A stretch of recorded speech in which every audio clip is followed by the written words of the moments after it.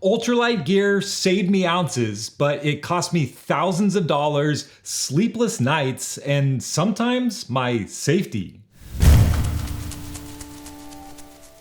Ultralight gear is sold as freedom, lighter packs, easier miles. But after over 3,000 trail miles in the Sierras, the Rockies, and the Mojave, I discovered the hidden costs. The paper-thin pads that stole my sleep, the gear that failed when I needed it most, the moments I realized I'd cut so much weight that recovery at camp became harder, not easier. In this video, I'll show you the true price of ultralight backpacking and how to stay light without draining your wallet or risking your safety. And every week here on the channel, I share backpacking lessons, tips, gear reviews, and trip planning strategies, so consider subscribing if that sounds valuable. All right, so when people first get into ultralight, the sticker shock usually shows up pretty quick. The shelters, the quilts, the packs, most of them cost more than their heavier counterparts. And not just a little more. And there's a reason for that. Lighter gear takes higher end materials and sometimes more specialized construction. But if you're not careful,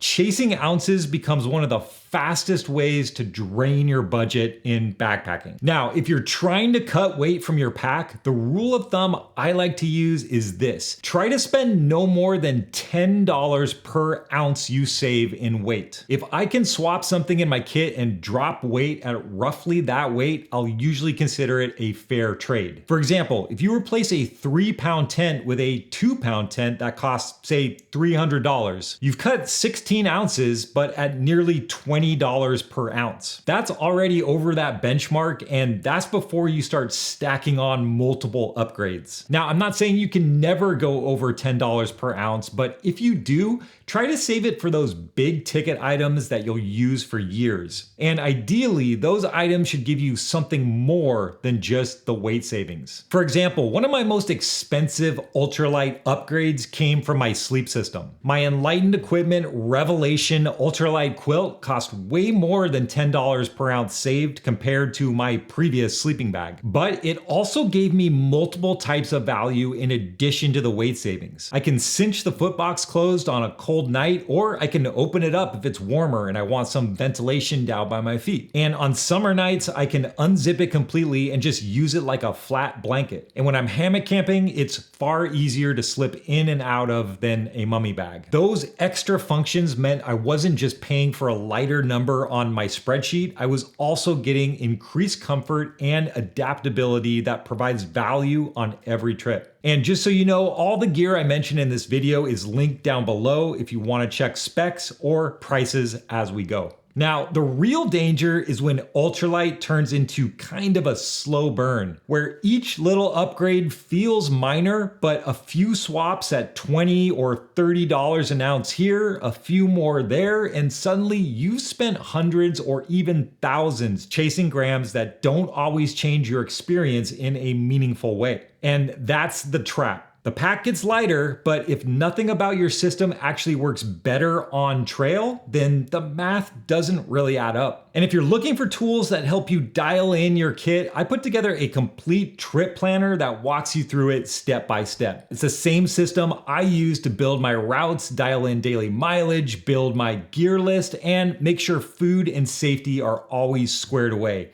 I'll link that down below if you want to check it out. Now, purchasing gear and planning your kit is one thing, but the real test comes when you're actually moving through the miles. And that's where the other cost of ultralight backpacking shows up, in how much comfort you're willing to trade away. And it's not that ultralight backpacking automatically means that you're going to be less comfortable. I mean, to an extent, yes, but the real issue comes when you push too far in the ultralight direction or try to shave weight with the cheapest gear possible. That's when sleep can start to suffer, shelters start breaking down, and your system only works if the conditions line up perfectly. Take your sleep system, for example. A wafer-thin foam pad can look brilliant on a gear list and seem like an easy and inexpensive way to cut weight. But for me, those ounces saved sometimes showed up more as sore hips and restless nights. For some hikers, those pads work, but it's worth testing whether a thin foam pad will really work for your body.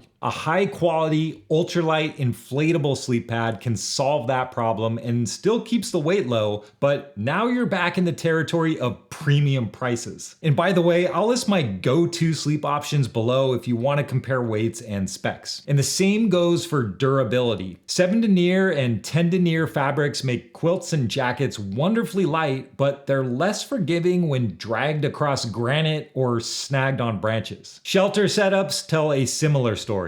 Dyneema tarps and trekking pole shelters save serious ounces, but they require a certain amount of skill and patience every night. In calm weather, a tarp or a trekking pole tent feels effortless. But throw in some serious wind and rain, and suddenly your pitch has to be perfect, or you could be in for a rough night. But here's the good news. Not every ounce saved has to come with that kind of trade-off. Over the years, I've found a handful of ultralight swaps that cut real weight from my kit and cost next to nothing. First one's a bit of a classic, swapping out a Nalgene for a Smart Water bottle. A 1 liter Nalgene runs about 6 ounces, while a Smart Water or similar brand is closer to 1 ounce. That's nearly a 5 ounce savings, almost a third of a pound for basically no cost. For most trips, they last surprisingly long, and the tall, slim shape fits into side pockets easier and threads perfectly onto most squeeze style filters. It's a simple swap, but an easy way to knock off some serious ounces. The second cheap swap I made is around cooking. A standard canister stove, even lightweight ones like the MSR Pocket Rocket 2, weighs 2.5 ounces, plus the weight of a fuel canister is usually at least 4 ounces, not even including the fuel. An alcohol stove can come in at under 1 ounce. But keep in mind that these aren't legal everywhere, especially in fire restricted areas, and alcohol stoves can be riskier to handle, take longer to boil, and are a bit less forgiving than canister stoves. But the DIY Fancy Feast stove, popularized by Andrew Skirka and made out of a cat food can, is a classic option. 2/10 of an ounce, a couple of dollars,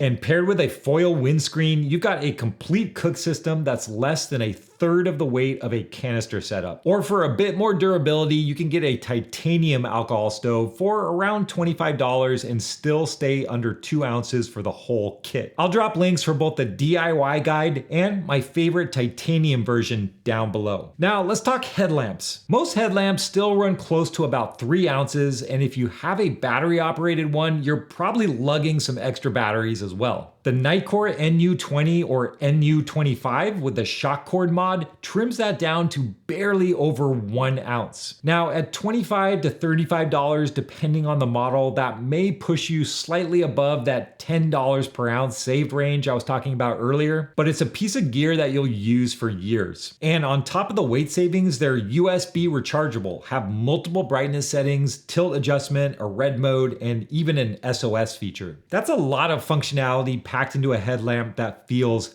featherlight. And last, maybe the biggest hidden ultralight gem, the FlexAir pillow. $3, half an ounce. I've used these exclusively for the past 3 years, and in my experience, they've held up surprisingly well. Compared to a $50 standard pillow that weighs 3 ounces or so, it feels almost ridiculous. And no, it's not quite as comfortable as, say, a luxurious Sea to Summit pillow, but it's one of those rare ultralight swaps that's both lighter and cheaper at the same time. And that's the point. Ultralight gear doesn't have to mean swiping your credit card for every ounce. Sometimes the best upgrades are the ones that cost next to nothing and still make your trips better every night you're out there. Ultralight and comfort aren't enemies. They're two different systems with their own strengths and their own trade-offs. And if you want to see exactly how I balance those two, where I draw the line on weight, where I let comfort win, this next video breaks down the specific trade-offs between ultralight and comfort backpacking in more detail. And if these breakdowns help you rethink your pack, consider subscribing so you don't miss the next one. So pack light, stay comfortable, and I'll see you out there.